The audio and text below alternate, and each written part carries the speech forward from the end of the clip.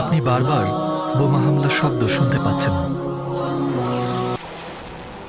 এমন পরিস্থিতির মধ্যে প্রতিদিন ঘন্টার পর ঘন্টা থাকার পরও আপনি কিসে এত শক্তি পাচ্ছেন? আপনি কি সেই মানুন যিনি সাধারণত মাঝরাতে উঠে চেক করেন যে আপনার সন্তানের ঠান্ডা লাগছে কিনা? কিন্তু সেই সন্তানটিকে হারিয়ে ফেলে আপনি কিভাবে এত শক্ত আর স্বাভাবিক থাকতে পারেন? আপনার পাশে রক্তাক্ত অবস্থায় শুয়ে থাকা মানুষটি কি আপনার ভাই বা বোন, আপনার জীবনসঙ্গী কিংবা বাবা মা নন?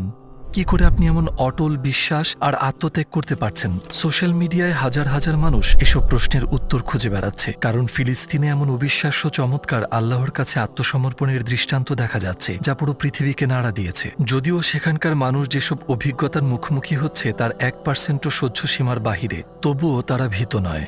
তাদের এক ধরনের সাহস রয়েছে যা আমরা পুরোপুরি বুঝতে পারছি না। তাদের সাথে এত অন্যায় হওয়া সত্ত্বেও ফিলিস্তিনিরা তাদের বাড়ি ছেড়ে যাচ্ছে না। তারা তাদের প্রার্থনা কেন্দ্রে যাওয়ার জন্য রাস্তায় নেমে পড়তেও দ্বিধাবোধ করছে না, যদিও তাদের উপর বোমা